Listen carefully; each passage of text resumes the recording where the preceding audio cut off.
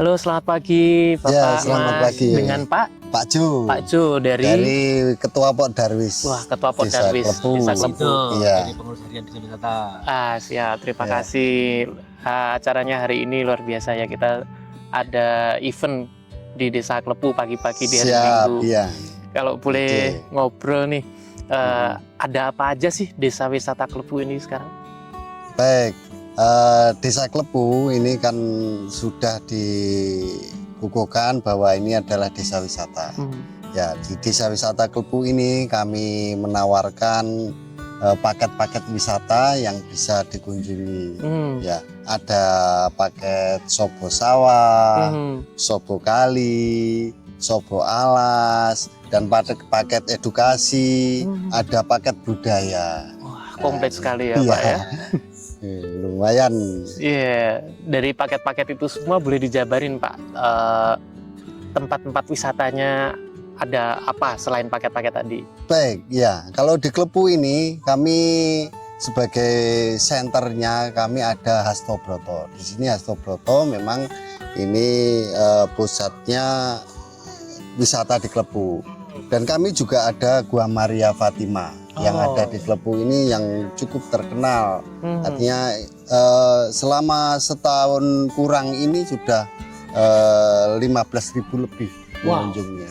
Kunjungan 15.000 Ya, di Klepu ini ya? Ya, paket-paket edukasi wisata kami melayani. Barusan ini ada dari Madiun, dari Bernardus Madiun, dan banyak sekali. Nah, kita lanjutkan lagi Mas Ido. Boleh dijelasin, tadi kan Pak Jo sudah jelasin ada beberapa paket-paket dan wisata tadi untuk yang edukasi. Nah, bagian edukasi itu apa aja sih Mas? Jadi kita itu punya banyak ya, misalkan wisata edukasi Sobo Sawah. Jadi anak-anak itu memang market kita ini dari pendidikan dan juga orang luar kota yang memang tidak mengenal apa itu sawah kan.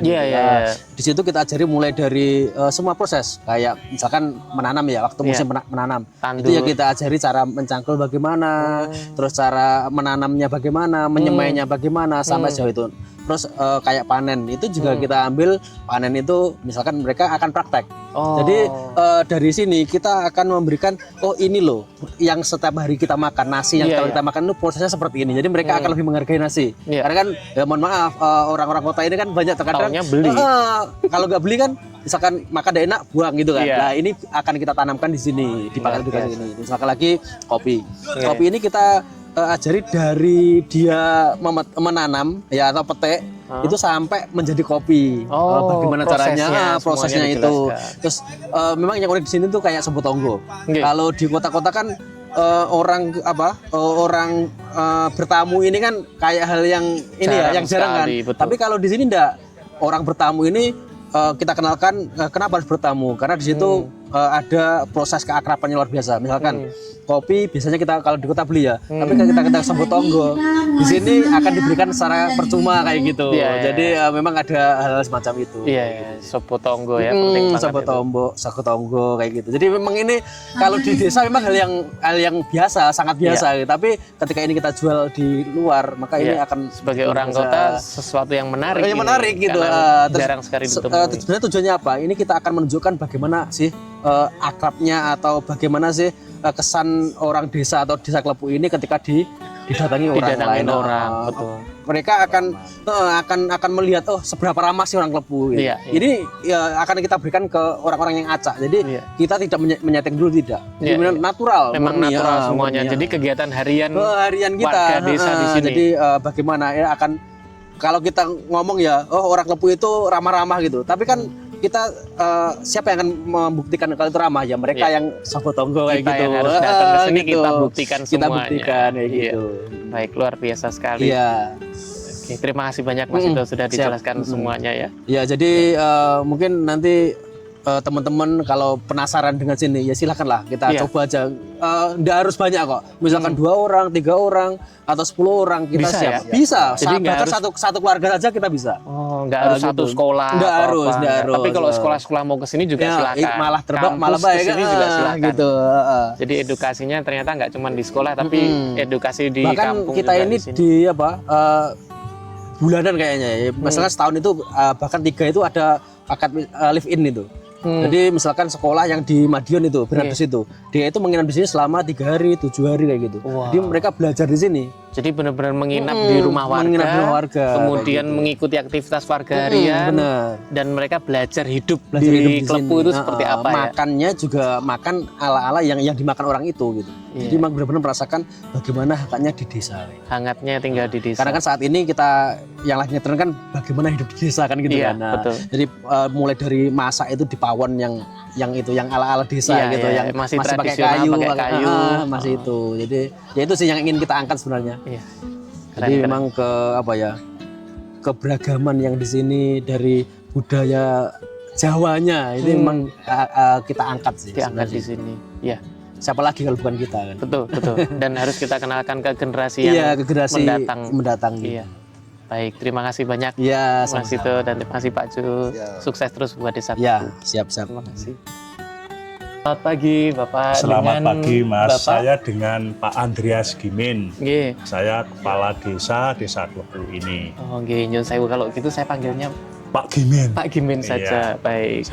Pak Gimin ini tadi kita sudah ngobrol dengan Pak Ju, dengan Mas Sito terkait Klepu dan desa wisata Klepu itu seperti apa, dijelaskan semuanya, ada paket-paket kegiatan apa seperti itu. Terus kok ada Klepu Joyondaru gitu. Nah, itu seperti apa sih Pak?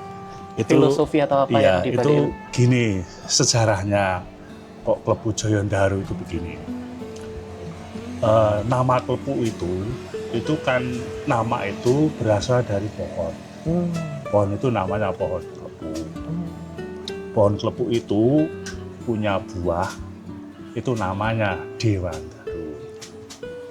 Lah, buah Dewandaru itu menurut cerita, menurut metodologi itu kan artinya Dewandaru itu adalah wahyu katentreman.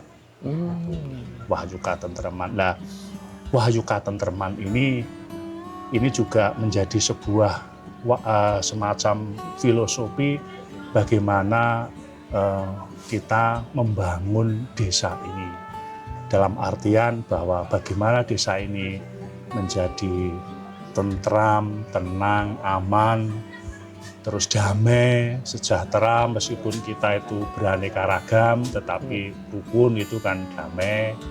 Lalu juga kedamaian ini dalam artian yang mau kita capai juga kedamaian dalam artian itu adalah secara kesejahteraan kita itu ada juga sejahtera, kita tidak miskin itu kan sejahtera yang membuat kita damai. Ya, itu yang menjadi filosofi untuk pembangunan dan perjuangan ini, termasuk kita juga aman dalam artian desa kita secara geografis yang terletak di bawah ini kan dikelilingi oleh bukit-bukit itu supaya bagi aman itu juga bagaimana ini menjadi sebuah filosofi untuk membangun supaya secara geografis juga aman, terus manusianya juga damai dalam arti tercukupi. Sejahtera, terus pendidikannya juga terpenuhi kan semacam itu. Ini kan semacam indikasi bahwa orang menjadi damai, tentram itu seperti itu. Nah, Joyondaru itu kan sebuah kata itu kan menguatkan Joyo itu adalah kekuatan, terus Daru itu adalah wahyu itu tadi. Jadi ini menjadi sebuah daya kekuatan, daya dorong untuk memperoleh semacam itu. Lalu juga ketika kita ngomong soal misalnya ngomong wisata ataupun siapapun yang datang ke Klepu itu kan, memang selain ke Klepu memperoleh sebuah kenangan, tetapi juga memperoleh wahyu. Nah, wahyu ini juga yang di Klepu maupun yang datang wahyu ini tadi itu kan wahyu katentreman, tetapi juga wahyu ini adalah juga sebuah pencerahan. Yang dimaksud pencerahan itu ada pencerahan, maksudnya juga wahyu itu juga semacam bentuk pertobatan.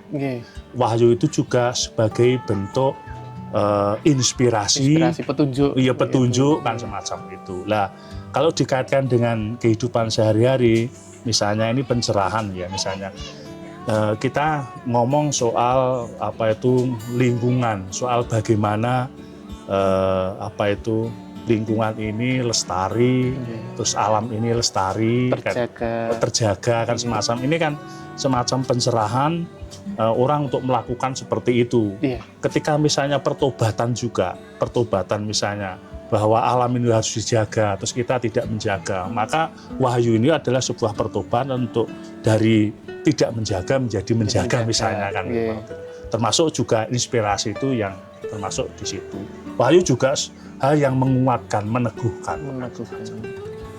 Jadi orang ke Klepu tidak hanya berwisata, dapat pemandangan juga, tapi juga mendapatkan wahyu. Wahyu, Bapak, ya. Jadi secara spiritual juga. Ya, wahyu spiritual, tapi juga wahyu ini berarti inspirasi berarti ide, pertobatan, berarti pencerahan dengan melihat situasi kondisi yang ada di Klepu. Di desa Klepu. Desa Klepu. Dan wahyu ini juga harapannya tidak hanya orang yang datang, terutama adalah warga penduduk di sini juga mengalami seperti itu. Baik, luar biasa sekali Bapak. Ini kan ya hari ini kita sudah ada event jalan santai, kemudian ditambahi dengan senam dan lain-lainnya lagi. Apakah kedepannya ada event-event lain Pak yang akan diadakan di Klepu? Ini untuk bulan Agustus itu berkaitan dengan Hari Kemerdekaan. Biasa kita ada event itu lomba lingkungan jegek. Lingkungan jegek itu di tingkat RT kita. Nah, di tingkat RT itu misalnya tahun ini temanya itu adalah tata ruang lingkungan.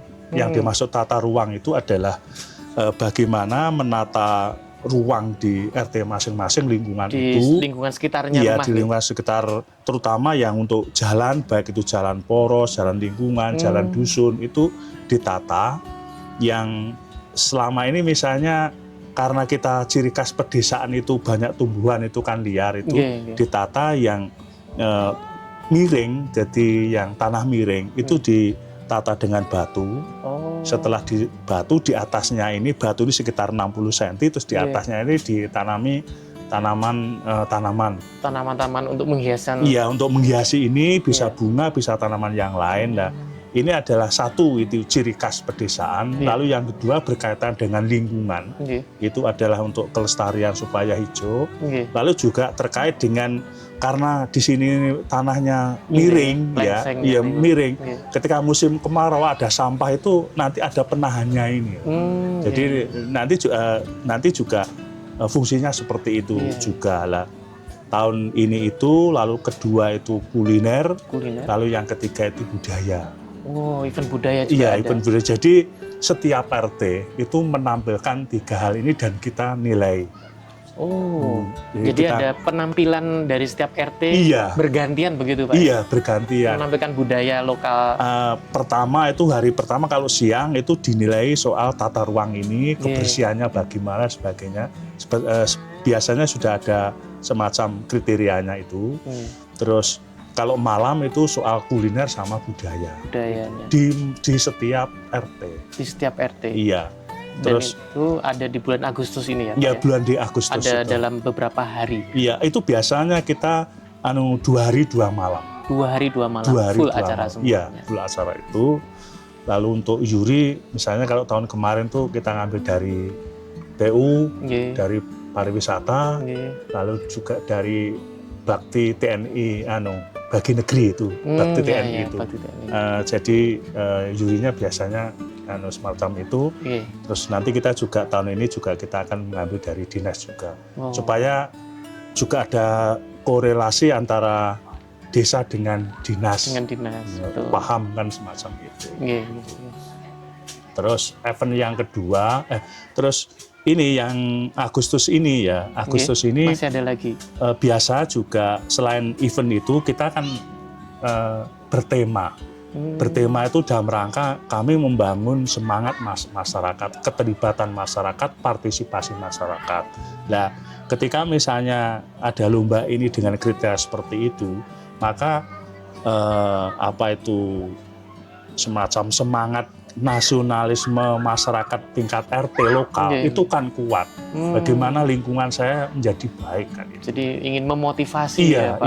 Iya, memotivasi masyarakat dengan cara ini dan masyarakat termotivasi bagaimana menjadi lingkungan yang terbaik. Dan melibatkan mereka ya tenaga juga termasuk dana itu mereka juga mereka terlibat. Jadi gitu. Sumber dayanya juga dari warga. Iya, kan. Tenaganya dari warga. Tenaga dari warga. Dan ini nanti kembalinya ke warga. Ke warga kan semacam itu. Itu jadi roh yang kita bangun ketika event Agustus itu.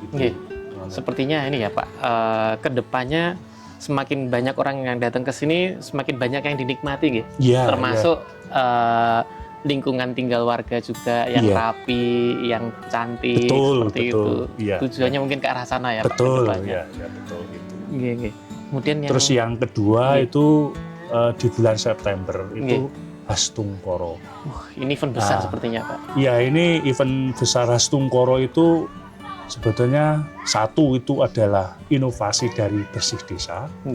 Lalu yang kedua, kami juga ingin menggali sejarah soal desa ini. Sejarah sebetulnya soal kapan lahir, kapan ada kan ini. Nah, Hastungkoro itu kan doa, broto itu adalah laku. Jadi laku doa. Karena inovasi dari Bersih Desa itu kan juga sebuah laku doa bagaimana supaya di desa ini kan terhindar dari mara bahaya, lalu juga selalu subur, lalu juga kedepannya memperoleh sebuah kesejahteraan, keselamatan kan itu. Nah, itu kita inovasi menjadi sebuah event budaya. Bentuknya event budaya itu bentuknya itu satu itu cirakat, kedua itu adalah kirap budaya, kirap ya itu. Terus yang ketiga puncaknya itu Hastungkoro itu sendiri. Nah, pertama ini kan cirakat. Cirakat itu akan dimulai 1 malam sebelum Hastungkoro. Biasanya Hastungkoro itu juga malam. Jadi 1 hari sebelum malam ini, malamnya itu adalah cirakat. Cirakatnya ya di sini nih, di tempat ini, di Hastobroto ini. Ya, di sini ini. Nah, cirakatnya para tokoh masyarakat, juga tokoh agama. Lalu di sini biasanya ada atribut ketika cirakat ini, itu ada 5 gunungan. 5 gunungan, yang pertama itu adalah gunungan yang besar itu di tingkat desa, yang yang 4 itu mewakili dusun. Di sini kan ada 4 dusun. 1 itu, lalu yang kedua ini 5 ini juga menggambarkan Pancasila. Gitu. Lalu yang ketiga juga menggambarkan 5 ponco panguripan masyarakat pedesaan Klepu. Wah, luar biasa. 5 panguripan kehidupan masyarakat di Klepu itu, kita itu kan desa. Desa itu kan tidak terlepas dari alam.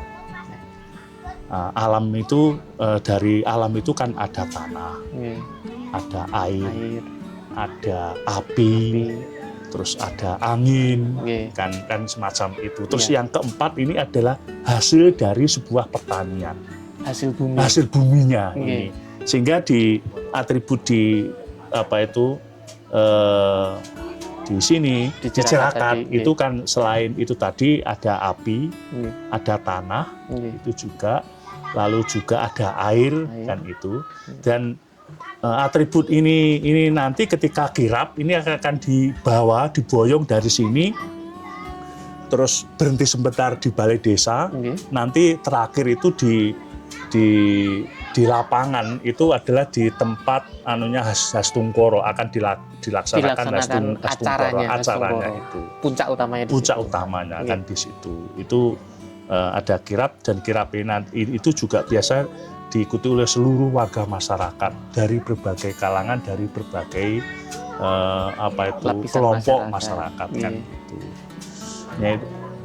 Untuk khas Tungkoro biasa kita lakukan tanggal 21 September. 21 September. Iya. Baik. Mengapa 21 September? Ada filosofinya juga. Iya, ada juga. Itu konon ceritanya itu kan untuk pohon klepu ini berbunga dan berbuah itu kan di bulan September.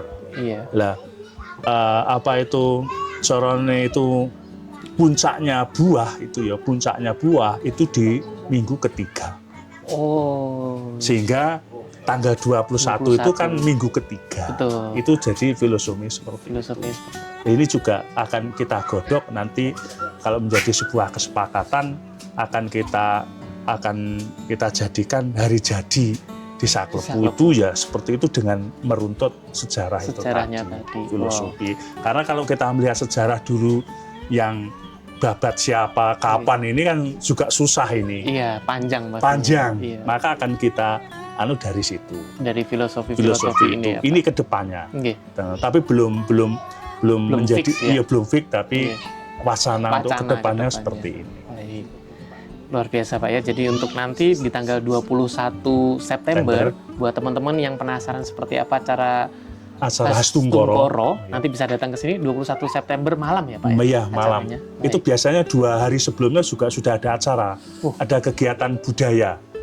Iya, jadi ada rangkaian acaranya. Oh, jadi kalau misalnya teman-teman nih dari luar kota atau dari luar Klepu mau datang ke sini 3 hari acara ini mungkin bisa menginap juga di sini ya Pak ya? Bisa menginap di sini. Iya, kan sudah disediakan ada banyak sekali homestay yang sudah disiapkan. Iya. Luar biasa. Jadi kalau mau ke Klepu nggak usah bingung mau nginepnya di mana, mau acaranya seperti apa, semuanya sudah diatur dan dipikirkan dengan baik oleh tim dari Desa Wisata Klepu. Iya. Baik, terima kasih banyak Pak Gimin tadi atas penjelasannya semuanya, filosofinya bagus sekali dan semuanya ini menginspirasi. Semoga nanti akan semakin banyak lagi desa-desa wisata yang terbentuk di Ponorogo bisa mencontoh dari Desa Klepu ini. Amin. Semoga nanti Desa Wisata Klepu juga menjadi lebih baik dan lebih baik lagi ke depannya Pak. Amin. Baik, terima kasih banyak ya, Pak sama-sama. Gimin. Sukses untuk Desa Klepu. Iya.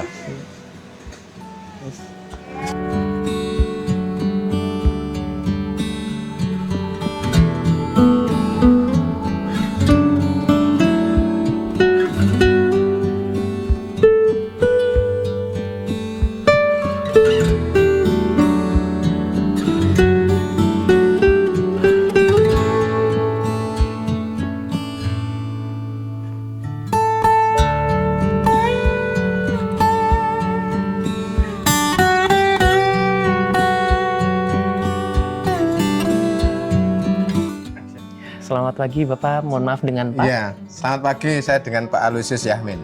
Pak Alusius Yamin, Ya. saya panggil Pak Yahmin, gitu. Pak Yamin, untuk ini kan kita lagi ada di Gua Maria Fatima, gitu, yang ada di pintu masuknya Ya. ini.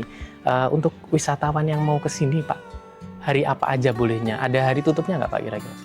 Oh begini, karena di gereja Katolik itu kan punya tradisi Mas ya. Jadi untuk tahun ini kebetulan tahun jubileum, artinya Tahun spesial. Jubileum ini kan tahun khusus, artinya kami punya tahun kekhususan untuk devosi ke Bunda Maria, sehingga umat dari seluruh yang ada, kebetulan ya sementara ini kami khusus di Pulau Jawa dulu yang karena yang dari Bandung, dari Bekasi itu juga ada yang datang ke sini. Cuma kegiatan ini disesuaikan mereka yang datang. Jadi kami selalu terbuka setiap saat. Jadi kami tidak ada jam tutup. Oh, tidak ada 24 jam kali. Jadi kami tidak kami melayani para peziarah yang datang, wisatawan yang datang sesuai dengan kebutuhan mereka. Karena di sini ada misa, ada doa rosario, ada jalan salib, dan juga ada pengakuan dosa. Jadi ada beberapa kegiatan yang kami sediakan di sini, nanti tergantung mereka yang datang. Oh, baik. Berarti untuk kegiatan di sini sangat lengkap Pak ya, dan banyak sekali. Nah, kalau untuk misalnya teman-teman mau ke sini dari luar kota atau misalnya dari daerah lain, berarti harus kontak dulu ke sini Pak ya? Artinya gini Mas, karena kondisi kebetulan kami berada di wilayah paling ujung Ponorogo, karena di atas ini udah Trenggalek, yang sana itu Kediri, jadi Pagerwojo, Tulungagung gitu. Jadi kami memang ada di perbatasan. Jadi kenapa kok harus menghubungi sini? Karena satu adalah soal biro. Biro perjalanan ini kalau bis besar hanya sampai Pulung, sehingga Pulung ke sini harus kami yang ngurus. Ya, shuttle-nya harus kami. Tapi dari mereka teman-teman yang biro itu sudah di luar kami, panitia pengelola di sini sudah ada. Jadi kayak KUD Waras ini punya channel beberapa teman sopir yang soko Pulung yang perjalanan untuk umum ini juga banyak sering yang antar ke sini. Jadi selain itu kami dibantu mereka yang tidak terkoordinir masuk pesan di sini, itu mereka yang ngurus. Jadi kami dibantu teman-teman sopir-sopir untuk wilayah angkutan Soko Ponorogo yang mereka biasanya plat kuning itu, yang untuk umum. Yang gitu. untuk umum. Ya. Kadang bus itu hanya turun di Gajah Mada, hotel itu mereka tidur di sana, pagi pihak hotel itu menghubungi sopir-sopir yang biasa trayek Soko Pulung, Soko Ponorogo gitu. Sehingga diantar ke sini gitu. Itu yang selama ini sudah terjalin memang. Baik, nanti mungkin bisa kita catatkan kontaknya ada di bawah sini ya. Biar nanti teman-teman bisa hubungi Mbak dulu. Titik ini yang punya kontak pesen nih. Nanti baik. Mbak Titik minta kontak pesen nomor HP ini. Jenengan. Ya, baik. Nanti kan kontak pesennya ada, nek mau ke sini nanti jadi ini. Ya. Oh ya, baik. Nanti akan kita cantumkan di bawah sini ya. Jadi nanti gambaran sekilas. Ini nanti kami tahun jubileum akan ditutup Desember tanggal 13-an. Untuk penutupan penutupan tahun karena kami punya istilahnya ini rotasi per 25 tahun, itu namanya tahun jubileum. Itu di Katolik seperti itu. Dan devosinya itu kalau di sini di Gua Maria, tapi di kota-kota besar itu ada yang di gereja kuno, gereja yang rintisan itu dibuat Porta Santa itu untuk tahun pengharapan. Jadi gini Mas, orang datang doa, kemudian di situ ada semacam devosi, artinya ada niatan bahwa karena tahun pengharapan, jadi misalnya mereka punya pengharapan untuk apa sama keluarga, sama masa depan. Mereka juga mohon pengampunan atas semua perbuatan yang sudah sekian tahun, itu kemudian dilepaskan di situ berupa artinya tirakat, laku tirakat gitu. Jadi kesempatan tahun ini sangat menarik ya Pak ya, karena 25 tahun sekali. Dulu tahun 2000 di sini, terus sekarang 2025. Jadi jedanya 25 tahun. Dan ini per 25 tahun. Dan ini kegiatan ini seluruh dunia sama. Untuk yang gereja Katolik. Baik. Jadi misalnya di Vatikan ini dengan di sini sama. Iya. Namanya sama. Jadi untuk devosinya sama, untuk rangkaiannya sama. Ini kami dari Gereja Katolik Roma seperti itu. Jadi mumpung ini masih bulan Juli, buat teman-teman yang mau datang ke sini, jangan nanti kelewatan. Desember akan ditutup gitu. Akhirnya Desember. Ini berakhir di bulan Desember. Baik, terima kasih banyak Pak Emil atas informasinya. Nanti akan kita bagikan ke teman-teman semuanya di seluruh Indonesia ya nanti yang menyaksikan channel Segitiga Telusur. Terima kasih. Terima kasih Bapak. Selamat pagi. Pagi.